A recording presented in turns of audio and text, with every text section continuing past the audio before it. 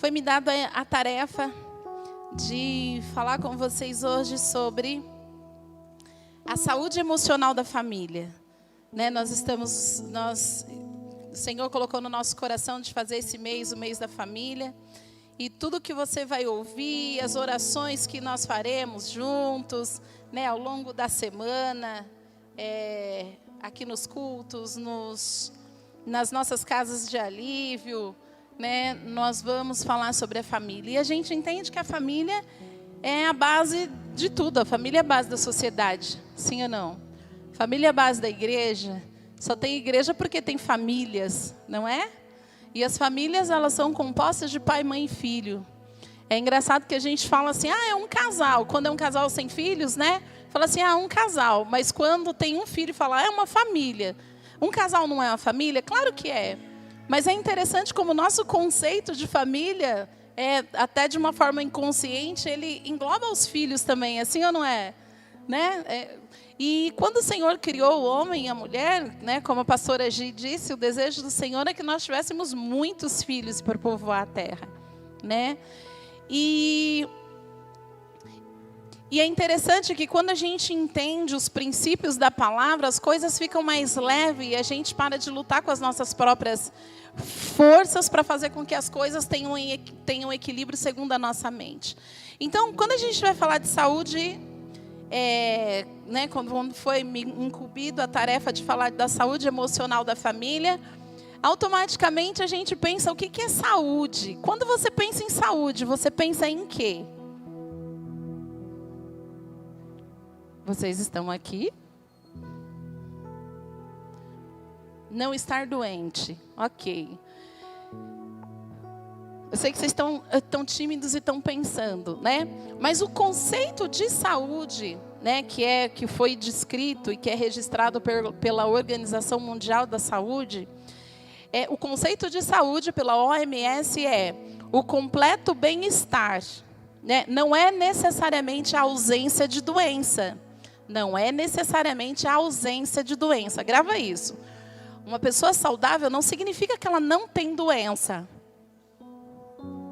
Tudo bem? Uma pessoa saudável não significa que ela não tem algum problema, que ela não tem alguma doença. Significa que ela tem um completo bem-estar psicossocial, e agora também, já em algumas literaturas, você vai ver escrito espiritual também. Porque o homem corre, fica igual com o cachorro correndo atrás do rabo, Não tem jeito, gente. Nós somos seres que temos espírito, nós somos espirituais. E por mais que o homem diga que não acredita em nada, até um ateu que diz que não acredita em Deus, não acredita em nada, no momento da sua morte, ele sempre vai clamar por uma coisa que seja sobrenatural e que ele sabe que vai ter uma vida além daquele momento e que ele quer alguma coisa que dê sentido para a sua morte. Todo homem no seu leito de morte, toda mulher no seu leito de morte, por mais que ele tenha vivido uma vida dizendo que não acredita em nada, no momento da morte, ele busca alguma coisa para que essa transição seja feita, no mínimo, com um pouco menos de desespero. E isso significa que o homem sabe, no seu interior, ele sabe que ele tem uma vida depois disso, que significa a parte espiritual que é eterna, que é a que não acaba. Tudo bem? Então, o que é saúde? É ausência de doença? Não, mas é o quê? O completo bem-estar. Completo não, mas tudo bem. Vamos pelo que está escrito. Completo bem-estar biopsicossócio-espiritual. Ok. Aí você fala assim, por que assim não é ausência? Para mim, pastora, saúde é não ter doença. Não, nem sempre. Existem pessoas, por exemplo, que convivem com diabetes, que é uma doença, e tem uma vida super saudável. Controla ali a sua alimentação e tudo bonitinho, e tem um completo bem-estar. Vive num completo bem-estar. Existem pessoas que vão ao médico, fazem todos os tipos de exame e se orgulham dizendo para a gente assim, os meus exames estão perfeitos, mas vive com dor ali, vive com dor aqui, não consegue subir uma escada, não consegue descer uma escada, mas os exames médicos dizem que ele não tem doença nenhuma. Entende? Então, como esse conceito, ele é bem relativo ele está relacionado ao bem-estar. E quando a gente vai falar da saúde emocional da família, então vamos partir do princípio de saúde da Organização Mundial de Saúde e vamos colocar nesse contexto dentro da família. Uma família saudável emocionalmente significa que ela não tem problemas? Sim ou não? Não, ela tem problemas. Significa que ela não tem nenhuma deficiência? Não, ela tem deficiência. Mas o que significa uma família saudável emocionalmente? Uma família que sabe o problema que tem, que sabe a limitação que tem, mas sempre vai trabalhar para que tudo isso esteja, né, como diz a ciência, em homeostase. O que é homeostase? É o equilíbrio. Que esteja tudo em harmonia. É a falta de encrenca? É a falta de desentendimento do marido e da mulher? É a falta da disciplina dos filhos? Não. Uma família que está emocionalmente saudável é aquela que tem filhos que é sim senhora, não senhora o tempo todo e faz tudo? Não necessariamente. Aliás, se dentro de uma casa tiver um filho que tudo para ele está tudo sempre muito certo, ele nunca coloca as questões dele, ele nunca bate de frente, né, nas questões de aceitação ou de dúvida com o pai ou com a mãe, tem alguma coisa que não está saudável nessa família. Por quê? Nossa, pastor, os filhos têm que bater de frente, têm que ir contra pai e mãe? Não, mas todo ser humano, um é diferente do outro. Você está aqui? Um é muito diferente do outro. Então, se um gosta de amargo, o outro gosta de doce, o outro odeia amargo. E quando dentro da família, principalmente os filhos, não conseguem expressar as suas vontades, não que elas sejam feitas, não que elas tenham que ser realizadas, mas elas precisam ser expressas. Se eles não têm liberdade de expressar, é porque alguma coisa está errada. Tudo bem? Você está aqui? Então, o que é a saúde emocional da família? Não é uma família, né, doriana. Não é aquela família que você olha e acha que ela é perfeita.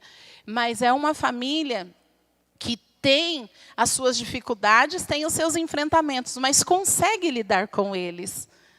Tudo bem? Você está aqui? Eu assisti um desenho um dia desse com a Emily, nem lembro como era o nome do desenho. Cadê a Emily? Emily, dá um sinal com a mão aí. Cadê? Ah, tá ali. Eu não lembro o nome, mas tinha uma família que era uma família perfeita, né? A mãe era fitness, o pai era fitness. Foi com você ou foi com o papai que eu assisti? Não lembro. E a outra família, pensa numa família bagunceira, uma família que fazia as coisas não dava certo. E que o menino, né, e que o pai não sentava na mesa, não pegava os talheres. E a mãe sempre ficava olhando na rede social a família da vizinha, que era a família perfeita. As fotos que eles postavam, as viagens que eles postavam, a postura dos filhos. Era uma família perfeita. E ela olhava para a família dela e falava, meu Deus, meu marido parece um ogro. Os meus filhos parecem uns ogrinhos. E, meu Deus, como que um dia minha família... Eu não posso nem postar nada, porque eu não consigo nem fazer pose de uma família perfeita igual essa outra família faz. E é interessante que no final do desenho, quem salva o mundo é a família toda bagunçada, que dentro dela conseguia ter um equilíbrio. Mesmo nos seus auges de bagunça, elas tinham um equilíbrio entre eles e eles tinham harmonia entre eles. Né? E é interessante que a palavra... E aí você fala assim, pastor, então qual é o segredo para a nossa família estar em harmonia? É simples. Eu não vou te dar uma fórmula. Sabe por quê? Porque regras, elas podem ser fáceis para mim cumprir, mas elas podem ser difíceis para você cumprir. Entende isso? Quando a gente pensa que viver uma vida com Cristo e viver uma vida saudável pautada em regras, é muito difícil. Porque às vezes aquilo que significa A para mim, significa B para você. Às vezes uma regra que serve para mim não vai servir para você. Não vai fazer sentido para você.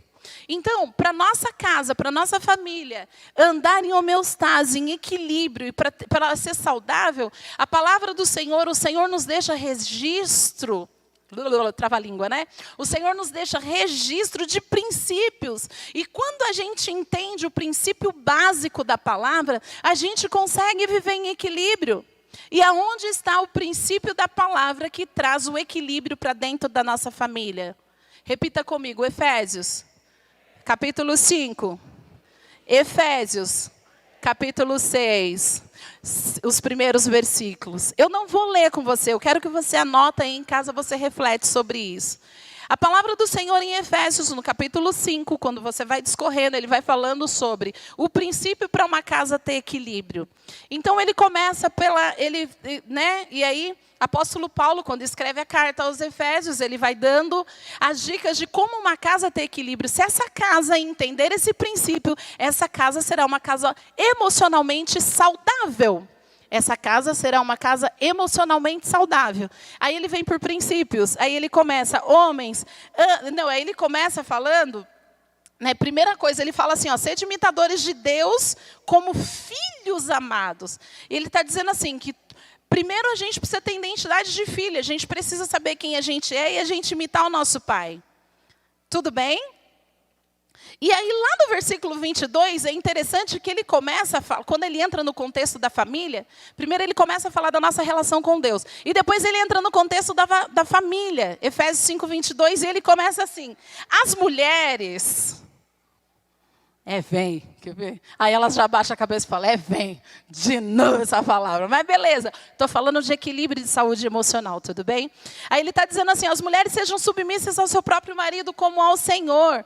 Então ele começa a estabelecer princípios. E ele começa a estabelecer princípios para dizer assim, se vocês entenderem como isso funciona, a casa de vocês vai andar em harmonia. Significa que se a mulher entender o papel dela, se o homem entender o papel dele, os filhos entenderem o papel deles, não haverá crise? É isso que significa? Não. Significa que não vai ter grandes DRs? Não significa que não vai ter. Terá. Significa que um momento ou outro não vai sair faísca? Não, até porque quando sai faísca, é interessante que quando apaga o fogo, é igual quando o sapato apertado, né? Você já veio para o culto com um sapato que você olhou para ele e falou assim, você esqueceu que ele apertava o seu pé, porque você usou faz mais de um ano, você olhou e falou, hoje é ele. Eu lembro que ele deu uma apertadinha, mas ele que vai combinar com a minha roupa, é com ele que eu vou. E quando você chega aqui, você fica, sangue de Cristo tem poder, por que eu calcei esse miserável desse sapato? E é incrível que quando você chega em casa, que você tira, a sensação de ter tirado aquele sapato é tão boa, que você há tempos não sabia o que era um alívio, porque não tinha nada que te incomodava.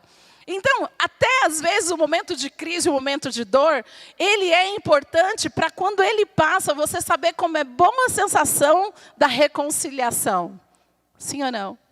Como é boa a sensação da gente lembrar aquilo que é tão importante que a gente tem e que por alguns momentos que a gente perde a visão, a crise vem, a confusão vem. E aí quando a gente deixa o Espírito Santo entrar, ele vem e traz a gente para o lugar. Sim ou não? Vocês estão aqui? Já está cansado, né? Já vou terminar. Tudo bem? Obrigada, Simone. Glória a Deus. Então, vamos lá, Simone.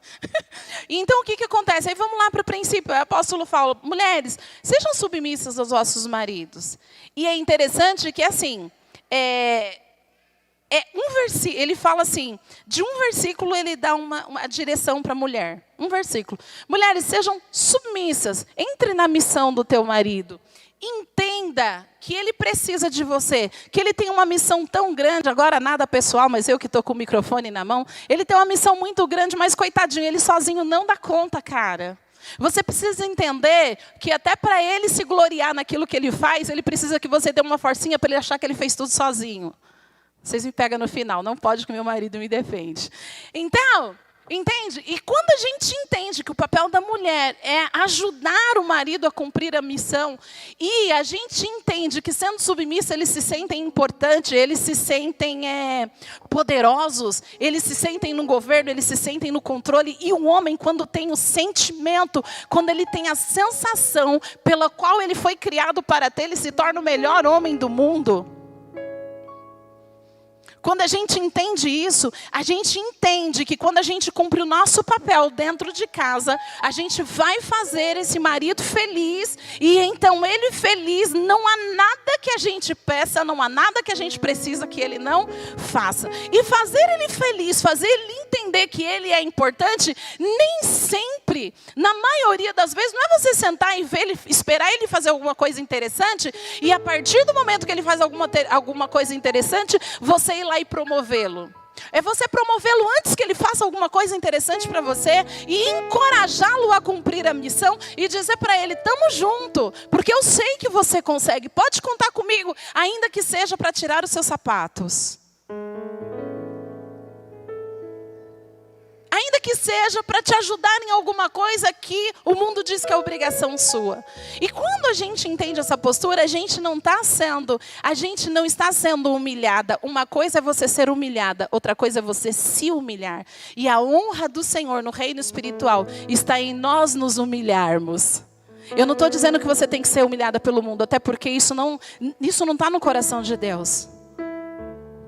Porque quando você é humilhado, o Senhor vem e te levanta, e o Senhor vai lá, e quem tocou em você, ou quem te humilhou, vai prestar conta com Deus. Mas quando você se humilha, a graça do Senhor vem, e Ele te levanta em honra. E isso é extraordinário. O que é se humilhar? É você... Quando que eu me humilho? Quando eu acho que eu tenho que estar numa posição, e eu me submeto a uma outra inferior. Isso é humilhar-se. Humilhar-se é quando você acha que você não deve nada para ninguém na tua casa e que todo mundo tem que lamber o seu chão. E você decide lamber o chão de todo mundo, mesmo você sabendo que você merecia ter o seu chão lambido. Ai, pesado esse exemplo, né? Mas já foi. E então a presença do Senhor vem, a glória do Senhor vem, e as coisas começam a fazer sentido. Porque quando o homem entende que ele é a pessoa mais importante da casa, e mesmo que ele pense que as decisões mais importantes veio da cabeça dele, e você só sugeriu, ele já fica feliz. Quando a gente entende que nós somos ajudadoras e que o nosso papel é ajudá-los, a gente não entra em crise quando ele esquece a data do aniversário de casamento. A gente já sabe que ele esquece. Aí sabe o que a gente faz? A gente começa a lembrá-los discretamente dias antes. A gente deixa mensagens subliminares. E no dia ele vai lembrar, ele vai fazer alguma coisa. Ainda que ele te dê uma caixa de bombom, a ele que ele te dê uma carta, que é o melhor que ele pôde dentro da linguagem dele. Ele vai se sentir o máximo quando você agradecer. E é interessante que ele vai ter certeza que foi ele que lembrou sozinho. Mas tudo bem, deixa a glória para ele. Porque quando ele está com a glória para ele, ele fica feliz. Quando ele está feliz, você está feita. Gente, os homens estão com o olho desse tamanho para mim. Mas é verdade ou não é? Tudo que o homem precisa dentro de casa é sentir-se valorizado. Porque ele tem uma missão e ele precisa de estar forte para cumprir. Mas é interessante que o apóstolo Paulo, ele continua nos versículos a seguir falando sobre o homem. E ele começa a desafiar um homem. São vários versículos que ele fala.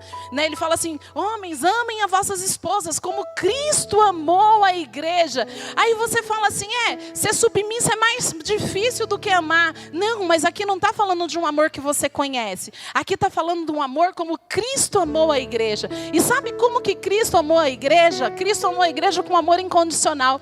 Cristo amou a igreja quando ela ainda estava perdida. Cristo amou a igreja quando ela foi resgatada e se perdeu de novo. Cristo amou a igreja quando ela estava curvada aos pés dele, se humilhando, chorando, quebrantando. E Cristo continua amando com o mesmo amor quando ela dá uma distraída, vai lá e tropeça e atola o pé na jaca. E é incrível que ele mesmo vai lá, pega na mão dela e levanta e diz, eu te levanto porque eu te amei. E quando a palavra fala ame, maridos, ame a sua esposa como Cristo amou a igreja, não é um amor condicional, não é quando as coisas estão tudo, não é quando está tudo bem, não é quando ela está correspondendo à sua expectativa, é independente disso. O homem precisa de proteger a sua esposa, o homem precisa de se colocar à frente da sua esposa. E aí ele vai falando, lá para frente, ele vai falando. E aí no capítulo 6 ele fala, filhos, obedeçam aos vossos pais como ao Senhor, porque isso é justo. Honra o teu pai e a tua mãe, que é o primeiro mandamento com promessa, para que te vá bem e seja de longa vida sobre a terra. Aí ele fala da relação do pai com o filho, do filho com o pai, do marido com a esposa, da esposa com o marido. E aí ele fala para o pai assim, vós pais, não provoquei os vossos filhos a ira, mas criai-los, Não provoquei a ira. A gente vai ter um domingo que a gente vai falar só sobre criação de filhos. Aliás, o Ministério do Pegadas teve uma ideia muito legal. E o mês inteiro, lá pelo Instagram do Pegadas, eles vão estar produzindo conteúdo sobre criação de filhos. E na sexta-feira nós fizemos uma live, né? Eu acabei que me empolguei. Vou falando. Mas nós tivemos uns feedbacks muito legais.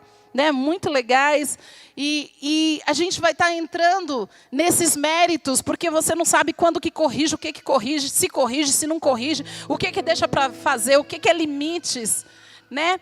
E aqui está falando, vós, pai, não provoquei a ira nos vossos filhos, e eu já ouvi pais não colocando limites, porque diz assim, pastora, se eu colocar limite, eles ficam muito nervosos, ele fica irado, e a Bíblia diz que eu não posso provocar a ira. Eu falo, não entendeu nada.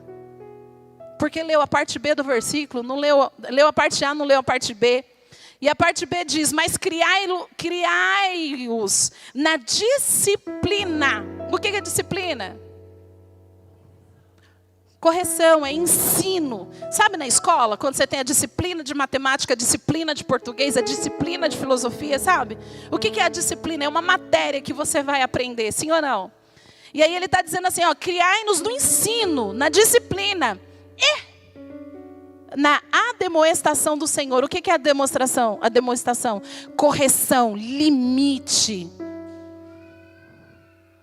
Entende isso? Então, quando você lê Efésios 5, Efésios 6, você vai entendendo o que a sua casa precisa para você ter completa harmonia, completo bem-estar e a tua família ser saudável. Por que a gente não fala de regras e a gente fala de princípios?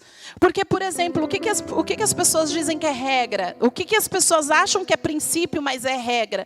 Por exemplo, a mulher ela tem o papel de nutrir a casa, de nutrir, de aquecer, de agasalhar a família, de cuidar. Sabe como a galinha coloca os pintinhos debaixo das asas e protege? Esse é o papel da mulher. Isso é princípio. Agora, o que é regra? Dizer que a mulher é só a mulher que deve cozinhar em casa. Isso é regra, não está escrito.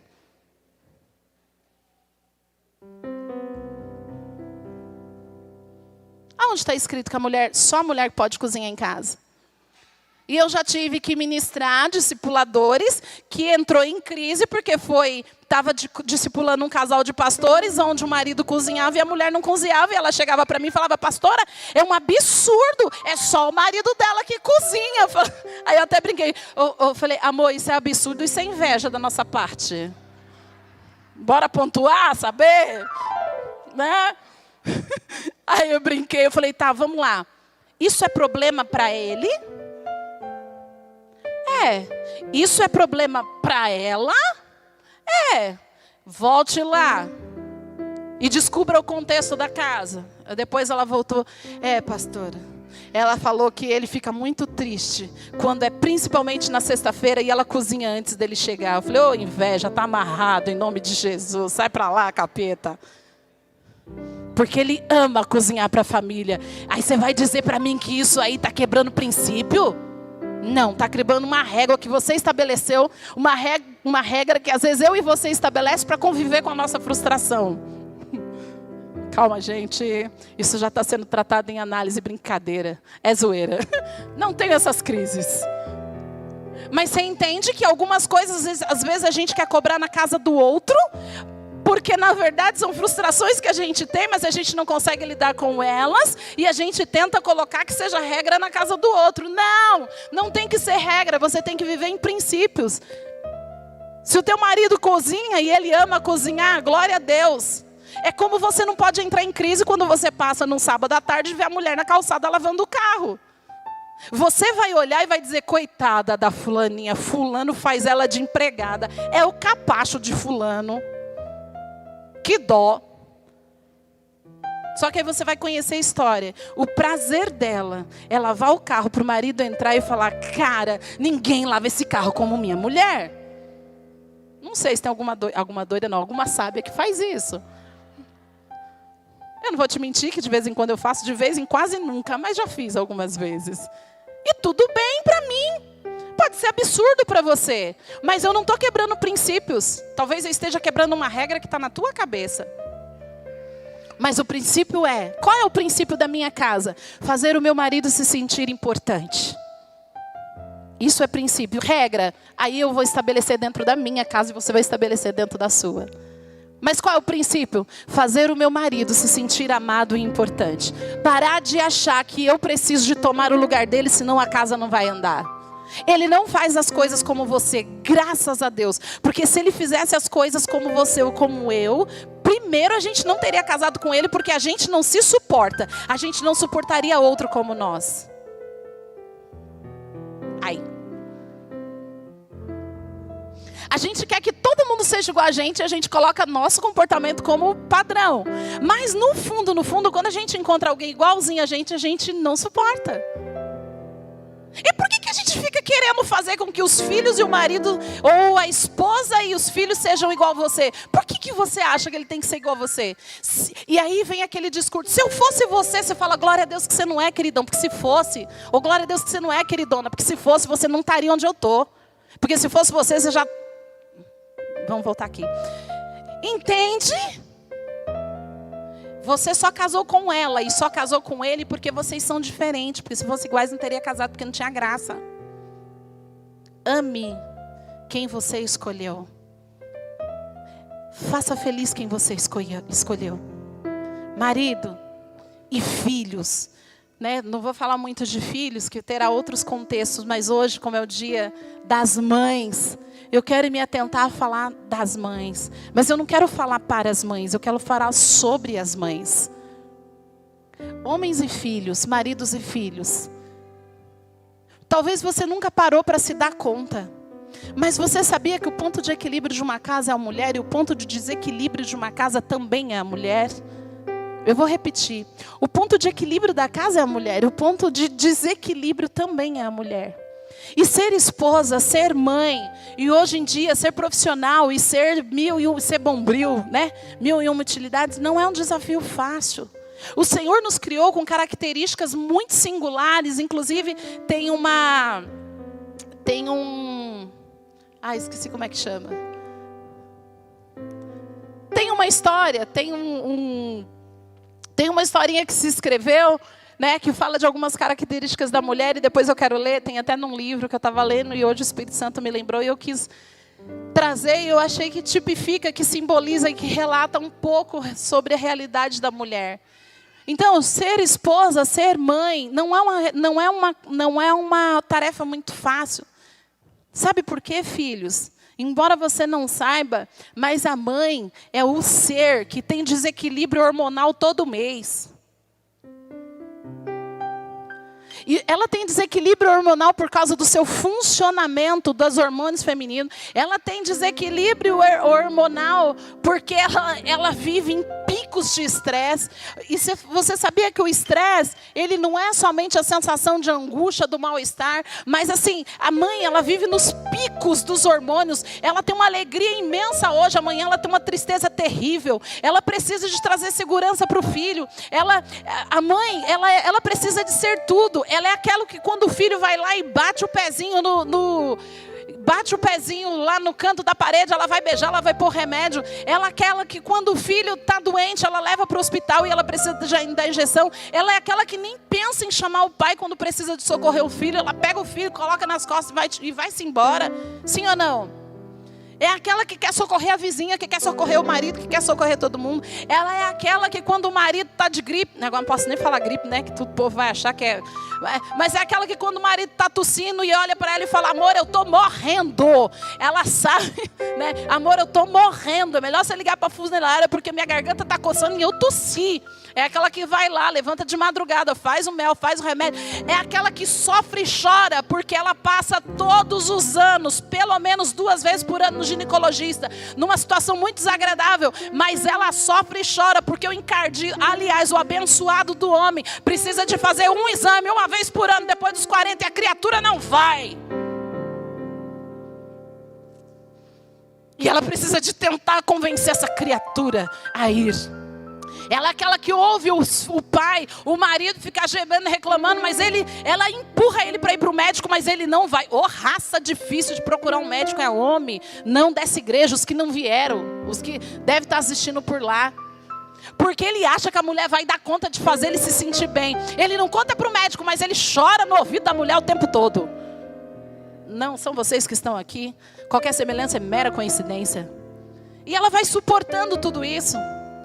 E ela que tem que entrar no meio do filho quando tem a crise com o pai, que acha que o pai não vai concordar, não vai aceitar. E aí a mãe é intermediária. Mãe, o que você acha? Você acha que se eu falar para o pai ele vai concordar, não vai concordar? Aí ela tem que saber do assunto que o filho vai contar para o pai, do assunto que o pai vai contar para o filho. Tudo passa por ela. Ei, você acha mesmo que todo o tempo a sua mãe tem que ser essa pessoa, essa personalidade que você idealizou e que para você é a perfeição de mãe?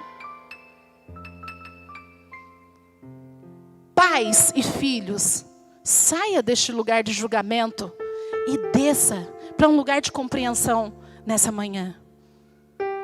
Sai desse lugar de cobrança e desça para um lugar de acolhimento. E eu vou dizer uma coisa para você. Talvez a expectativa seria que sua mãe, que sua esposa fosse mais forte hoje do que em todos os tempos. Além dela ter que equilibrar emocionalmente a casa, a família, os filhos que estão todos enfiados dentro de casa, marido trabalhando dentro de casa, que é uma coisa terrível. Não se expressem mulheres, nem balança a sobrancelha. O homem não foi criado para ficar dentro de casa. Homem e mulher dentro de casa só dá encrenca. Porque eles querem cuidar do serviço que ela está fazendo, mas às vezes nem dá conta do serviço que eles têm que fazer. E aí aquele negócio. E nessa época onde os homens estão trabalhando home office, onde as esposas têm que ficar em casa, os filhos estão estudando em casa. Gente, isso é uma demanda muito grande. Então hoje, se você pensou em dar um presente para sua mãe, dar um abraço para sua mãe e falar Feliz Dia das Mães, você é a melhor mãe do mundo. Pena que você está meio sem paciência esses tempos. Engole isso.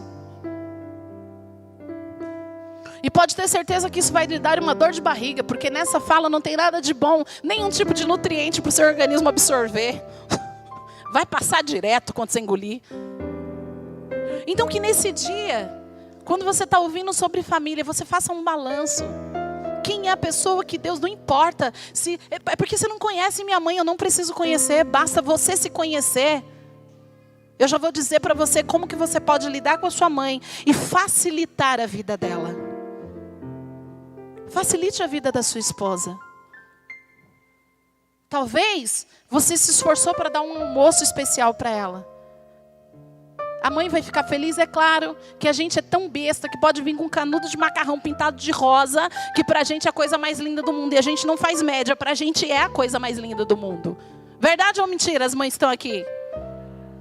Mas mais do que um dia, você gastar, 200, 300 reais no almoço, misericórdia. É porque não paga só para a mãe, paga para a família inteira, né? A gente preferia que isso fosse diluído ao longo do mês. Não me dê uma porção grande hoje, me dê pequenas porções ao longo do mês. Para eu me sentir aliviada, para eu me sentir amada. Mães que estão aqui. Você tem o direito de chorar, sim. Você tem o direito de não estar bem, sim. E você pode falar na sua casa, você pode falar para o seu marido, hoje eu não estou bem, eu estou triste. Por quê? Não sei. E ó, homem, você para de querer falar, para de querer sacoalhar a sua mulher e achar que ela tem que dar nome na tristeza dela. Às vezes a tristeza da gente não tem nome. Na verdade, às vezes tem, mas Deus não quer que a gente saiba que tem. Às vezes o nome é você, mas ela não sabe. Peguei pesado, né, gente?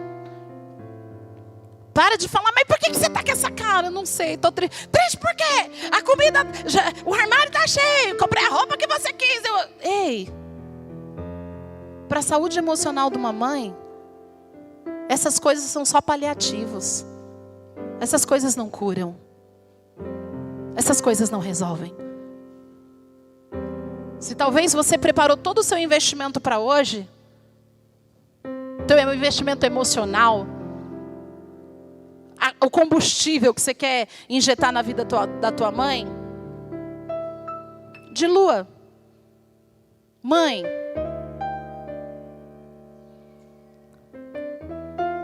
se dê o direito de ser amada e de ser cuidada, do jeito da linguagem que o seu filho fala.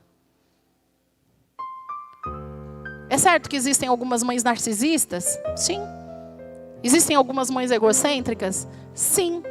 Mas se você parar para ver, se você é uma delas, a sua vida você foi sempre assim. Talvez um dia ninguém te ensinou que o mundo não gira em torno de você. E que você também precisa de respeitar os teus filhos.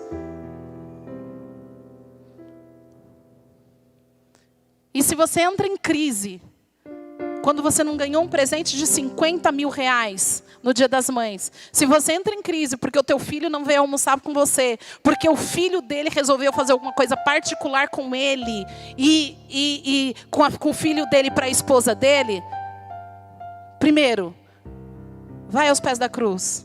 Não foi o suficiente? Busca ajuda psicológica. Pastora, você está falando por causa de algum caso específico? Não. Quer dizer, estou. Essa semana meu filho me ligou, mãe, queria ter um tempo com você. Posso falar? Nem sabia, já está tudo certo aí, então tá bom. Dei uma de Alan agora, né? Perdão. Posso falar? Mãe, queria ter um tempo com você. Eu, tá, filho. Eu quero sair para almoçar com a senhora. Só eu e você. Eu falei, tá bom, mas essa semana eu tenho prova, eu tenho isso. Mãe, mas nem tava. Mãe, mas sabe o que é? Que domingo, ele nunca passou um Dia das Mães longe de mim, nunca. Sempre almoçamos juntos, sempre fizeram, desde pequenininhos. Só que esse é o primeiro ano que ele está com uma filha. E Deus pôs alguma coisa no coração dele para fazer com a filha, para a esposa. E ele cheio de dedo, eu falei, filho, estás comigo há 23 anos e não me conhece? A minha tristeza seria se eu fosse a mulher mais importante na sua vida depois que você se casou. Aí eu ia me preocupar. Eu sei o meu lugar no teu coração, filho. Não é um almoço no Dia das Mães, não é você estar junto que vai medir o amor que você tem por mim. Vai lá.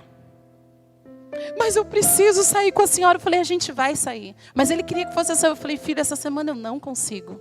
Semana que vem, não tem problema. A gente vai ter um tempo só nosso. E é engraçado que quando ele me procurou, que ele falou, eu comecei a pensar, eu falei, nossa. Eu comecei a me colocar no lugar dele, eu falei, nossa, a cabeça dele deve estar numa crise. Porque sempre ele esteve comigo. E ele sabe que eu sempre gostei de eles estarem comigo. Só que agora ele gostaria que a esposa dele sentisse o que eu sempre senti. Só que ele tem uma mãe. E sabe quando aquilo começa a mexer na minha cabeça? Eu comecei a imaginar um filho. Quando ele tem que lidar com essas condições. E se ele tem uma mãe desequilibrada. Pastora, mas a minha linguagem de amor é estar junto. E essa conversa de Dia das Mães é todo dia. E tem gente que usa esses termos, né? Ei, se alegre com a alegria do outro. E deixa Deus te curar. E deixa Deus ministrar algo na tua vida. Voltando aqui, pais e filhos. Você que mora dentro da casa, você que é filho solteiro, e você que é marido, você que se casou, e que você que está com a mulher que é mãe dos teus filhos, honra. Assim a tua casa, emocionalmente vai estar saudável. E eu quero ler rapidinho para eu encerrar uma analogia que eu achei muito legal sobre a mulher. E essa eu quero falar com as mulheres. E o tema dessa anedota se chama Um Defeito na Mulher. Aí diz assim, quando Deus fez a mulher, é uma narrativa bem lúdica. Quando Deus faz a mulher, já estava nas horas extras do seu 6º dia de trabalho. Claro que não, né? Um anjo apareceu e disse, Senhor, por que você gasta tanto tempo com ela? E o Senhor respondeu, ué, você não viu na minha folha? Você não viu minha folha de especificação para ela? E deve ser completamente lavável, porém não pode ser de plástico. Ter mais de 200 partes móveis e todas arredondadas e macias. Ser capaz de funcionar com uma dieta de qualquer coisa e sobras. Ter um colo que possa acomodar 4 crianças ao mesmo tempo.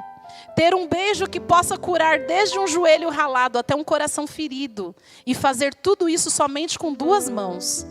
E o anjo se maravilhou com os requisitos. Ele falou, uau, somente 2 mãos? Isso é impossível. E Deus disse, este é somente um modelo standard. Os anjos disseram, mas é muito trabalho para um só dia. Espere até amanhã para terminá-lo, Senhor. Não farei, protestou o Senhor. Eu estou muito perto de terminar essa criação, que é a favorita do meu coração. Ela se cura sozinha quando está doente e pode trabalhar 18 horas por dia. Então o anjo se aproximou mais, tocou na mulher e disse: ué, mas a fizeste tão suave. Senhor, é suave, disse o Senhor, porém a fiz também forte. Não tens ideia do que ela pode aguentar ou conseguir. Senhor, ela será capaz de pensar? Os homens achavam que não. Mas Deus respondeu: não somente será capaz de pensar, mas também de raciocinar e negociar. Né? Eli e companhia. Glória a Deus. E então, notando algo, o anjo estendeu a mão e tocou na pálpebra da mulher. O Senhor percebeu que este modelo tem um vazamento. Eu disse que estava colocando muitas coisas nela. Isso não é um vazamento, isso é uma lágrima, corrigiu o Senhor. E para que serve essa lágrima? Perguntou o anjo. E disse Deus: as lágrimas são uma maneira de expressar o seu propósito, força, sensibilidade, desenganos, afeto, solidão, sofrimento, esperança, amor, fé e contentamento. E isso impressionou muito os anjos, que disse: Senhor, pensaste em tudo. A mulher é verdadeiramente maravilhosa. Sim, ela é, disse Deus. As mulheres têm forças que maravilham os homens. Elas aguentam dificuldade, carregam grandes cargas físicas e emocionais. Equilibram-se o tempo todo no bambolê da sensibilidade e da força. Verdade ou não? Tem mulher aqui? Elas tentam se equilibrar todo o tempo. Sorriem quando quer gritar. Cantam quando querem chorar. Choram quando estão felizes. Riem quando estão nervosas. Lutam pelo que acreditam. Enfrentam a injustiça. Não aceitam não como resposta. E quando acreditam que haja uma solução melhor, elas não negociam. Privam-se para que sua família possa ter algo. Vão ao médico com uma amiga que tem medo de ir sozinha. Amam incondicionalmente. As mulheres choram quando seus filhos triunfam e se alegram quando suas amizades conseguem prêmios. São felizes quando ouvem falar de um nascimento ou de um casamento. Seu coração se despedaça quando morre alguém que ama. Sofre com pedras, mas são fortes quando pensam que já não há mais força. Elas sabem que um beijo e um abraço são especiais para curar feridas. Porém, há um defeito incorrigível na mulher. Ela esquece o quanto ela vale. Coloque-se de pé. E eu quero dizer para você, mulher, talvez você não é mãe biológica, mas eu sei que todas as mulheres, a maioria das que estão aqui, são mães espirituais. Então hoje é o seu dia. Você pode se alegrar com tudo que o Senhor falar para você nesse dia. E pode se alegrar com um abraço de um filho espiritual quando ele vir te honrar. Não deixa Satanás mentir na tua cabeça. Quando ele te der um cheiro gostoso, quando ele te der um, né? Ai, não é um abraço, né, gente? Quando ele chegar perto de você e reconhecer. Mas também, querida, lembre-se que embora tudo isso que você ouviu sobre a mulher, você também pode chorar. Você pode dizer na sua casa que você não está bem. Você pode dizer no seu discipulado que você está triste. Não importa a referência para quem você é. Porque às vezes, mais do que uma super mulher, a sua casa e os seus filhos ou seus discípulos estão precisando de uma mulher humana que também chora e que também sente dor e que às vezes tem medo. Porque quando as pessoas conhecem também a nossa fraqueza, quando elas olham para as nossas conquistas, elas olham para elas e se veem em nós no nosso dia de fraqueza, mas elas projetam os seus dias de conquista quando elas veem a nossa conquista. Se a tua família te vê sempre uma super mulher que nunca chora, que nunca precisa de nada, porque você suporta isso sozinha o tempo todo, o dia que você precisar, eles não vão entender. Então talvez na tua casa você sempre foi a mulher que equilibrou tudo. Você pode continuar equilibrando. Mas deixa de ser super mulher, deixa de ser super mãe. Junta a tua família, fala para ela: eu estou triste. Eu estou passando por dificuldades, eu preciso de ajuda. No primeiro momento eles vão se desequilibrar, porque você sempre foi o sustento. Mas depois que eles viverem esse luto, eles vão elaborar isso e vão entender que a mamãe também precisa de ajuda. A mamãe também precisa de um afeto. Amém? Coloque a tua mão no teu coração, na tua cabeça. Todos os homens, todas as mulheres, todas as crianças. Pede para o Senhor mudar dentro de você a visão que você tinha das pessoas tão especiais que estão dentro da tua casa, mas que estava distorcido. Eu quero orar pelas mulheres, e você, homem, vai orar pela tua mente, pelo teu coração. E você, filho, também vai orar pela tua mente, pelo teu coração. Para que o Senhor, para que o Espírito Santo tenha a liberdade de ajustar a sua visão e o seu coração, amém?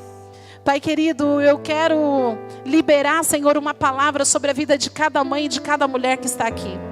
Senhor, que nesse tempo haja facilidade para a busca de ajuda, haja facilidade para o extravasar das emoções. Senhor, algumas mulheres nem conseguem mais chorar, elas nem choram mais, Senhor, porque foram tão reprimidas. Mas que nesse tempo, Senhor, elas vejam o teu colo dentro de casa, através de pessoas próximas.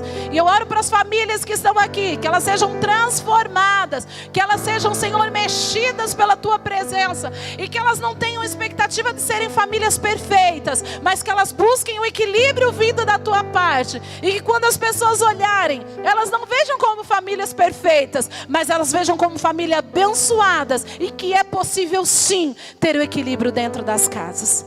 Senhor, eu os abençoo para ter um dia, Senhor, onde haverá alegria e harmonia dentro das casas. Se tiver algo que precisa ser consertado, que seja consertado. Mas que nesse dia, o coração dos teus filhos se alegrem, porque entenderam o princípio. E das tuas filhas se alegrem, porque entenderam que elas são livres.